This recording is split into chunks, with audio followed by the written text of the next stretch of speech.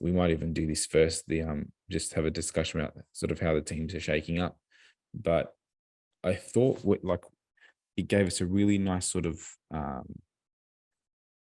just a little spread of what teams are doing what well, what drivers are sort of in the ascendancy, what drivers have sort of slackened off, and what teams have probably not put their best foot forward in terms of the upgrade packages that they've brought, because we pretty much have had an upgrade package now from everyone.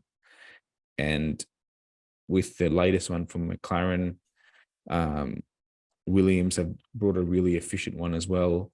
Mercedes one is probably sort of to the back of our minds because it was probably the first one that came out.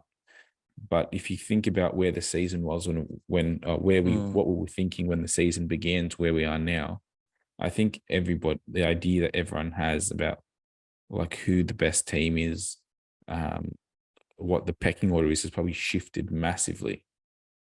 Yeah, I think that leads us into McLaren, mate, because at the start of the year, obviously myself and Anthony are McLaren fans. It was looking pretty bleak. That car was looking like a bit of a tractor. I think they finished in the bottom 5 in Bahrain, probably similar in Jeddah. I can't remember off by heart, but this upgrade package that they bought in Austria for Lando in the first race, he finished P4 after all the penalties were given out. And then for Oscar and for Lando to put it on P2 and 3 in quali, and then would have been on track to finish 2nd and 3rd in the race. I think I don't know where it's come from. Like, they've obviously decided that they were trending in the wrong direction after last year and the start of this year, and have managed to correct it. It's interesting because Andreas Seidel left at the start of the year, and that was for me a bit of a worry, thinking this guy's jumping ship because of the way the car's trending. But obviously the team's doing well. What do you think? I think that from the start of the year, the car couldn't have got any worse, like really for in terms of what the expectations sort of the team had.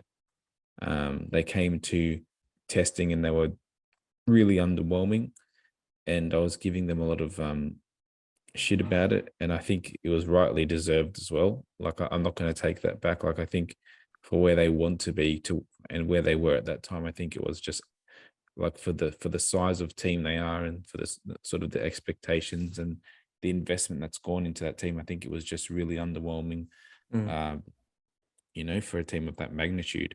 And you sort of look through the early season results for McLaren, and there was like 17th in retirement in Bahrain, 15th, 17th in Saudi. Australia, they got a 6th and an 8th. Then they got a 9th in Azerbaijan with Norris.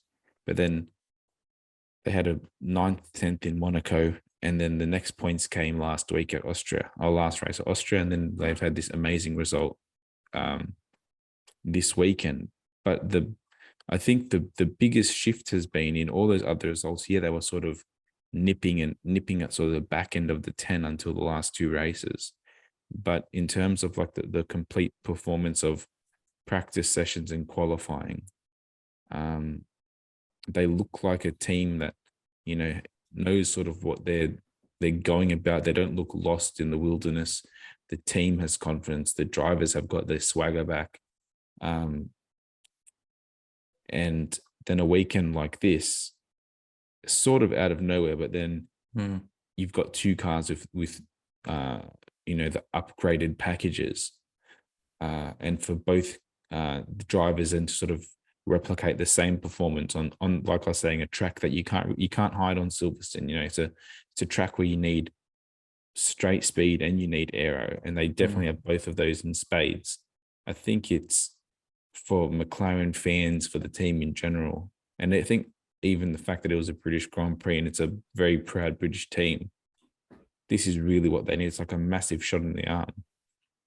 Yeah, it'll be I think the next race in Hungary will be a good test for them, because obviously the Hungaro ring's a little bit different to Silverstone, a lot more slow speed corners than what Silverstone has.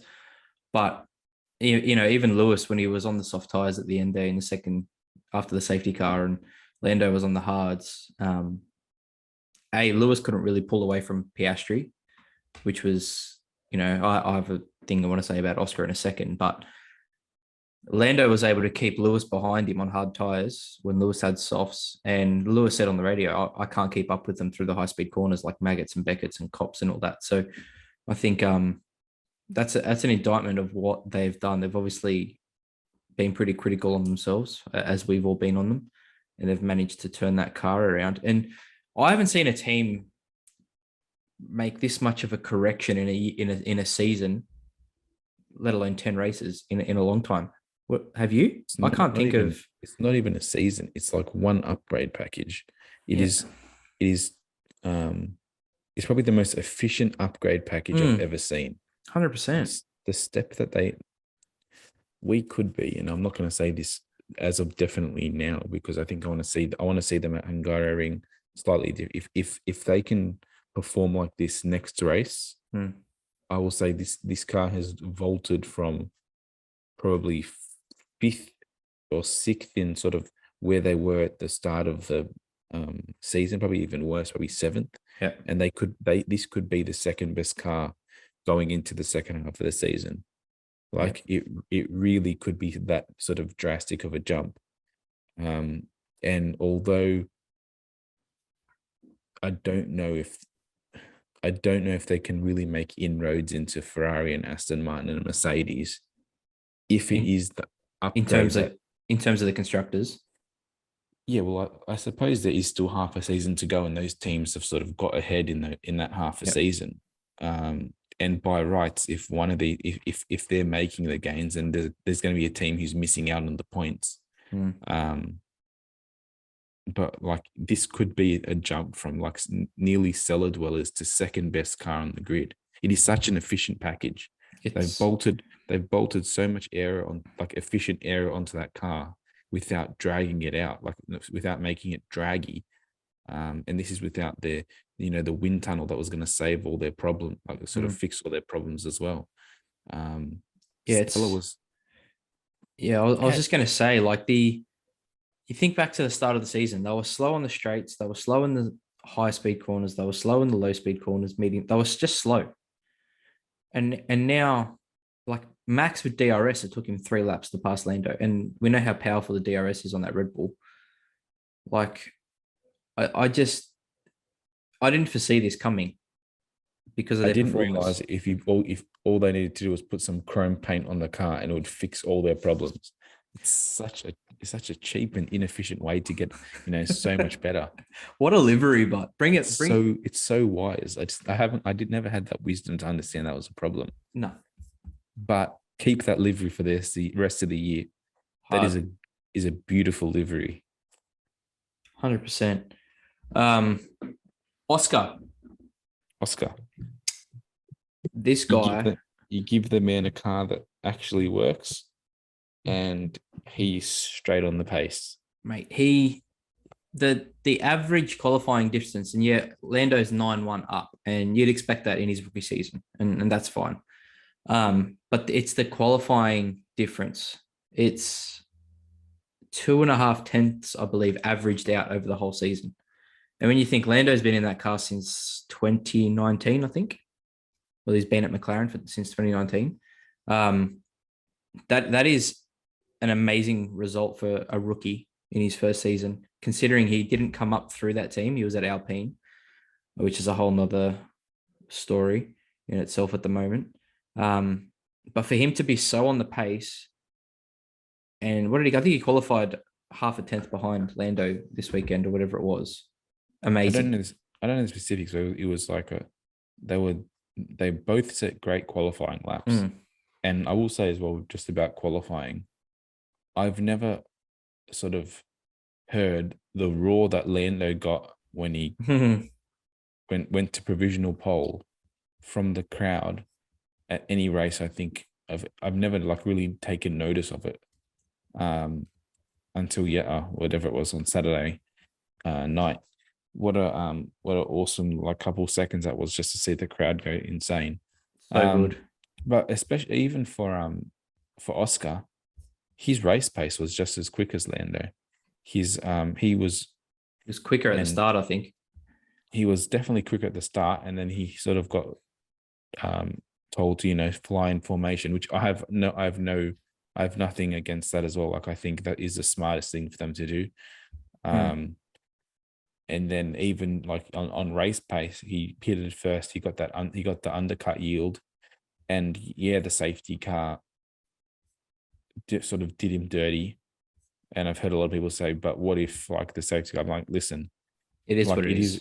it is what motorsport. like it's racing, and like waiting for a safety car at a track like, or playing the long game at a track like Silverstone, waiting for a safety car is in itself part of a like very feasible strategy. So the teams who were playing that game, they were doing it for a reason. It was they were hoping, but it's just something that usually happens.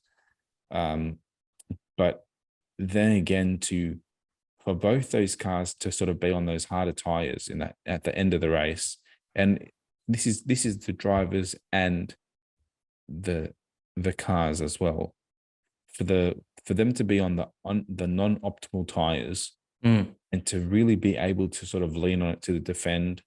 I don't know.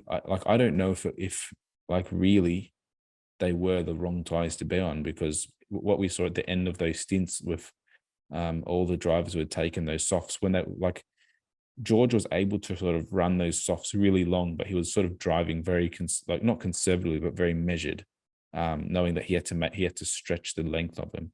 But when sort of Albon and Alonso and Hamilton and Pierre as well, like when they all bolted on those softs, they were going, they were going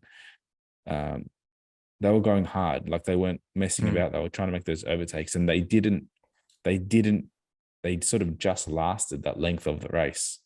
So once that initial sort of push happened, they were probably not a bad sort of tire to be on what the McLarens were on. Yeah, well, in the last lap, I don't know if you saw. I think at the start of the last lap of the race, Oscar was like 1.3 seconds behind Lewis, and he ended up like 6/10. Like he was just catching him. So I think one more lap would have had Oscar on the podium. But those soft tires really like went off quick. But so like I think in hindsight, like it probably wasn't a bad decision by the team to sort of keep them on those tires and keep their track position. Yep, definitely. But I think as like this week sort of really showed more than anything that you can, a driver can have as much talent and drive as he wants, but like as a motorsport, Formula One is such a team sport, because the power of sort of how you go on the weekend is still so much in the hands of the team. And literally 21 days ago, before these cars had hit the track before Austria, no one would have foreseen sort of how this team is now perceived. Like it's been such a 180 switch in a good way, and it has just made the midfield battle even more interesting for the next half of the year. Yeah, like as I said, I just want to see them at the Hungaroring, because I think that'll be a big test for them, considering the way that track is.